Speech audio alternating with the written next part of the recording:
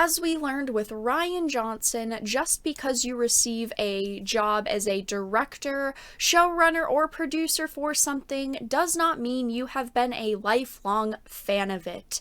And usually, when you are a fan of something, you do not tend to insult other people that call themselves fans as well, which is a mistake that many showrunners do, and it is what the showrunner of Picard has done, following in the footsteps of other showrunners and not listening to advice that they've probably given. Star Trek Picard is divisive, and showrunner Michael Chaban doesn't seem to mind it at all. Now, I just want to say in this article, he is going to insult particular groups of Picard and Star Trek fans. He is going to insult more toxic fandoms. He is going to call out people that he feels have been very unfair to him. So this first paragraph is a lie.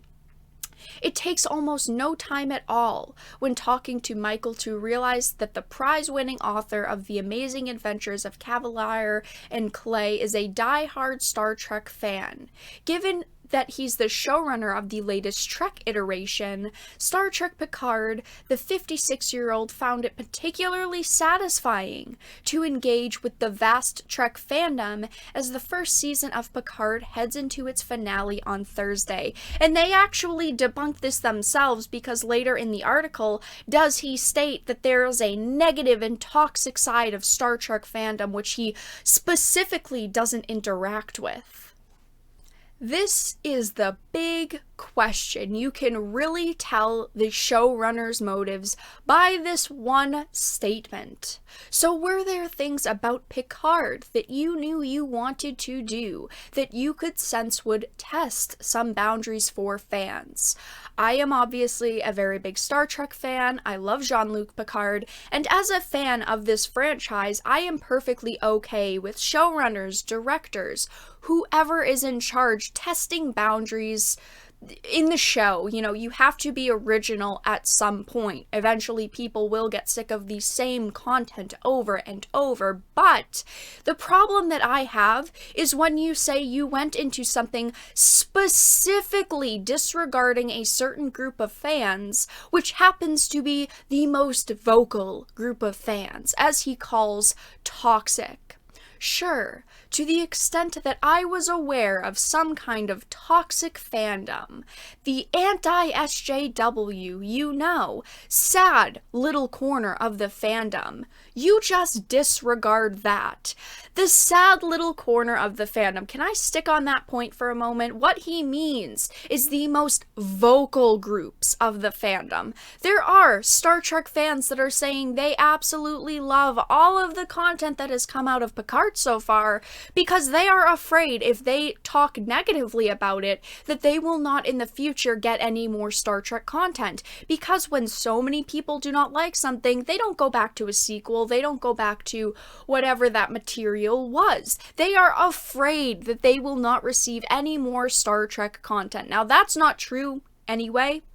CBS wants to milk Star Trek for all that it is, but the sad little corner of the fandom that he is referring to is just the vocal group of the fans of Star Trek.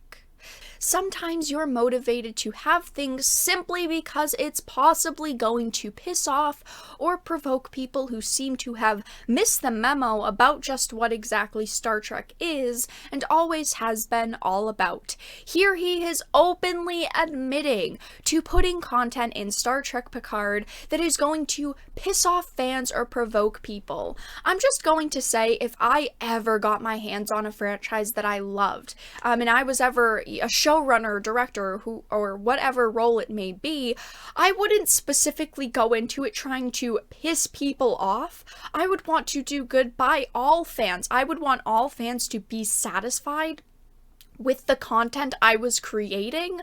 I would not want to go into it specifically trying to piss off or provoke people. In the course of this session, we showed the death of Icheb, who was a recurring character on Voyager, and then the death of Hugh, who was a recurring character on TNG. When we talked about it, we definitely had a sense of like, there's probably going to be some people who are upset with these characters dying. And we were okay with that, because we thought in both cases, neither death was gratuitous. The death of Icheb has now become part of the story of 7 of 9.